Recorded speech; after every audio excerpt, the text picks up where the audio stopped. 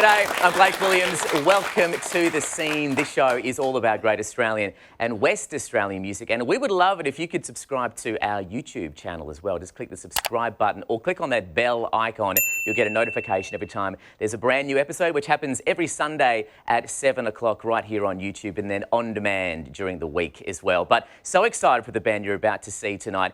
Really a post-pandemic band, and we'll talk about that a little bit later. Nominated for the best or most popular new act at the WAM Awards this year, and all singles so far have gotten to number 3 on the iTunes chart. Please, in the studio, give it up for Triple Engine tonight and Little Engine That Couldn't.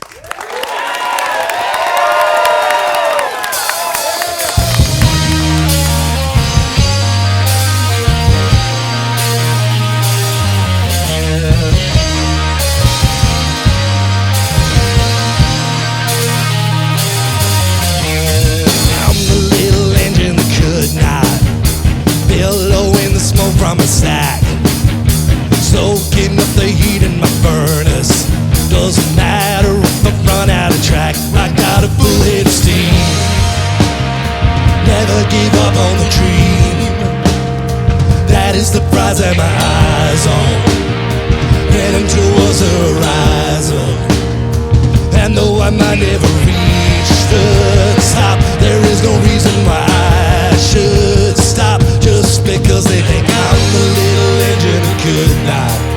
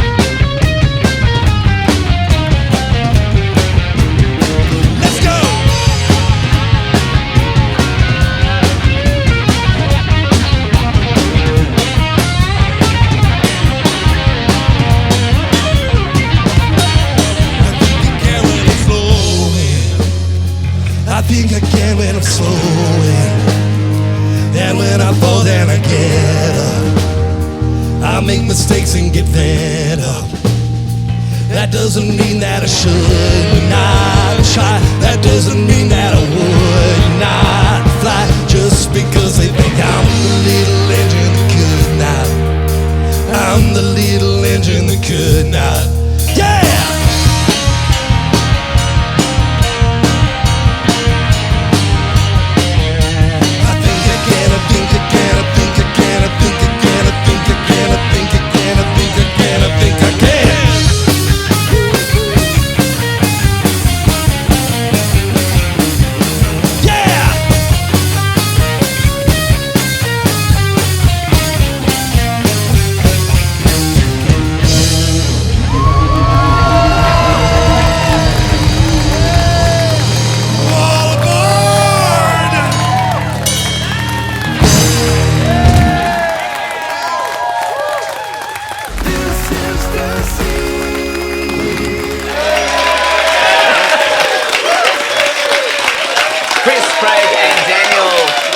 Triple Engine, ladies and gentlemen. Thank you. Guys, welcome. Congratulations. Thanks for having us. Thank you. Thank you for being here. I mentioned earlier a band born out of the pandemic, pretty much. Yes. It started in lockdown.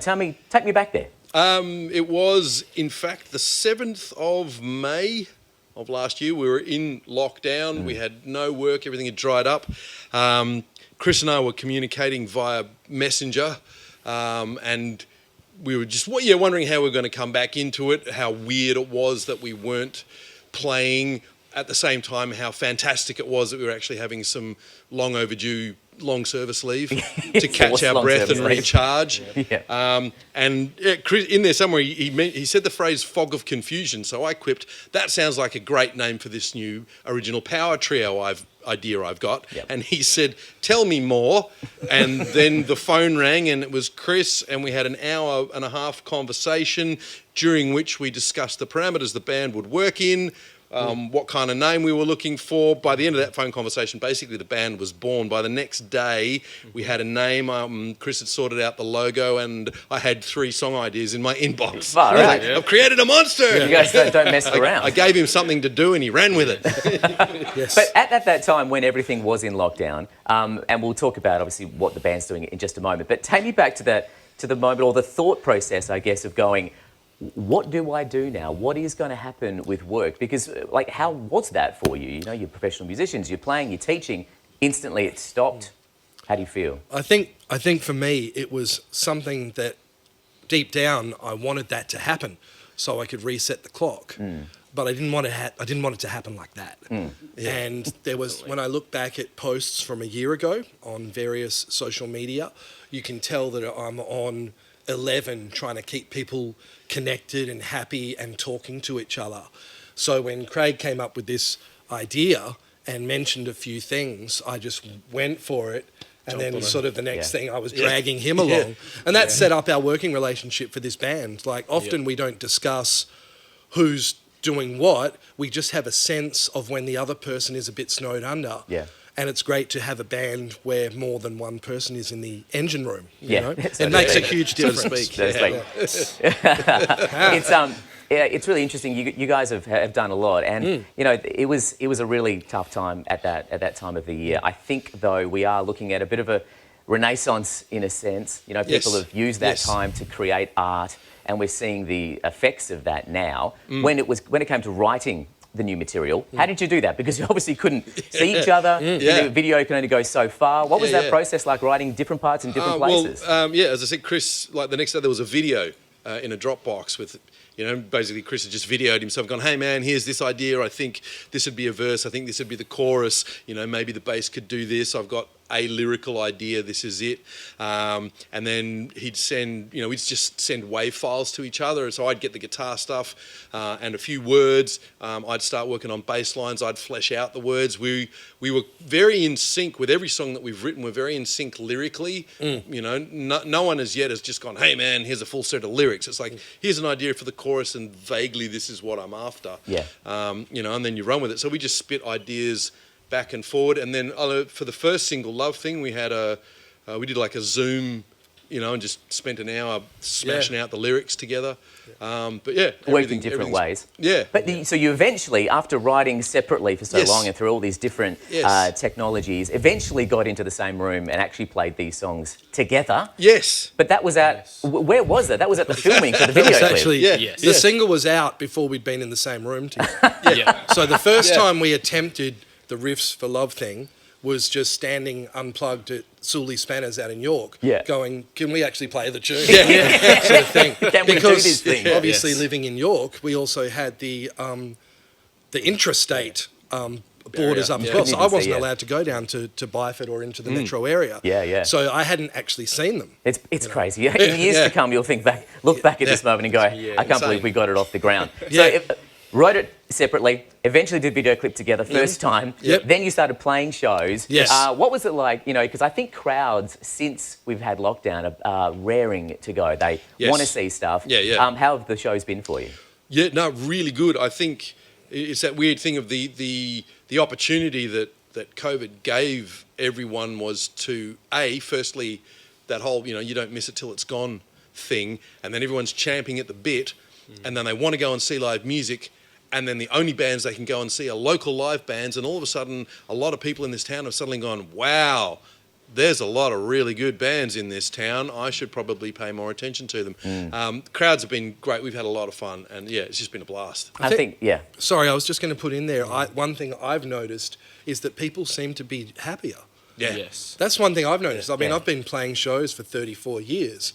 I've never noticed more happy people at shows than since we've been slowly coming out of lockdown. Yeah. I don't know what that is. I think there's probably a few things at play, but I can't remember the last time I was at a show since last year where it felt uncomfortable or it felt negative in any way. So whatever that is, we should keep doing that. I completely agree. It's like a bit of a reset switch was flicked, and now people are out there. They want to see stuff. They're investigating styles that they normally maybe wouldn't have gone out to see, or watching a theatre show. Like people are just they want to consume. I think they've gained a greater appreciation for what live entertainment actually is and what it does for them, on an emotional and level. Yep. Absolutely. You guys are going to do one more song in just a moment. Before you do, though, the 3 singles are out. Yep. They all went to number 3 on the charts. Yes. Topped only by AC/DC and Fleetwood Mac. Yeah, those guys. This time we got done by ELO. ELO,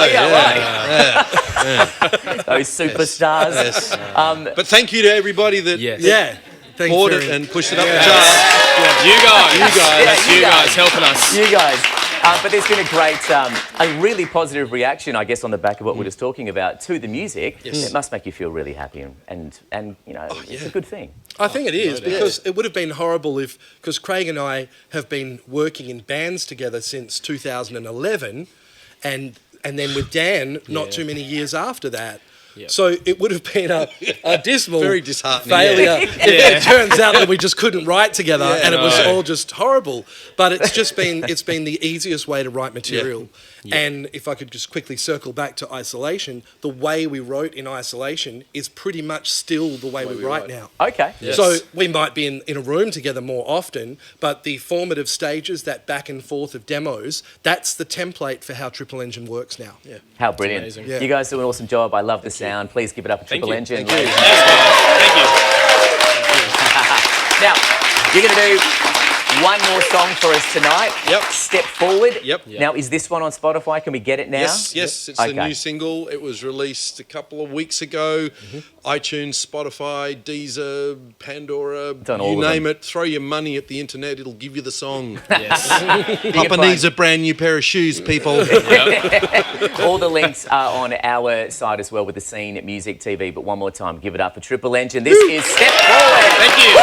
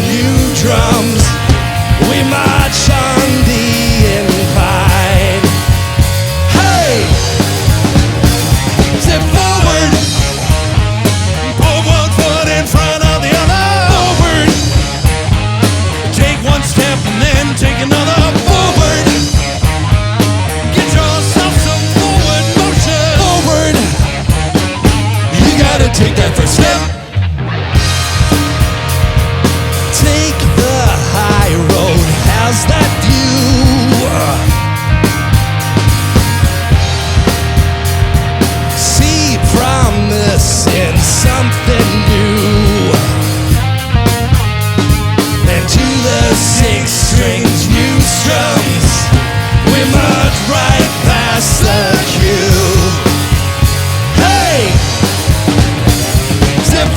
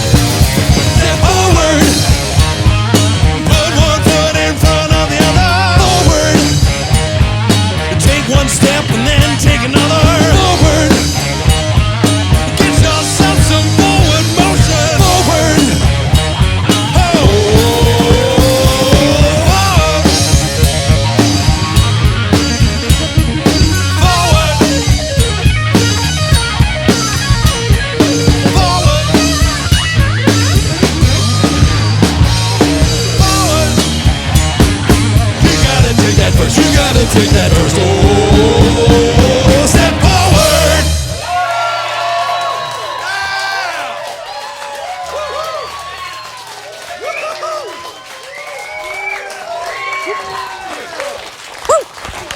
Nice work, man. Awesome job. Well done, man. Awesome. Well done. Well done. That is Triple Engine, ladies and gentlemen. Amazing job. We'll catch you next Sunday night with Aussie Icons 1927. See you then. That is the scene. Cheers.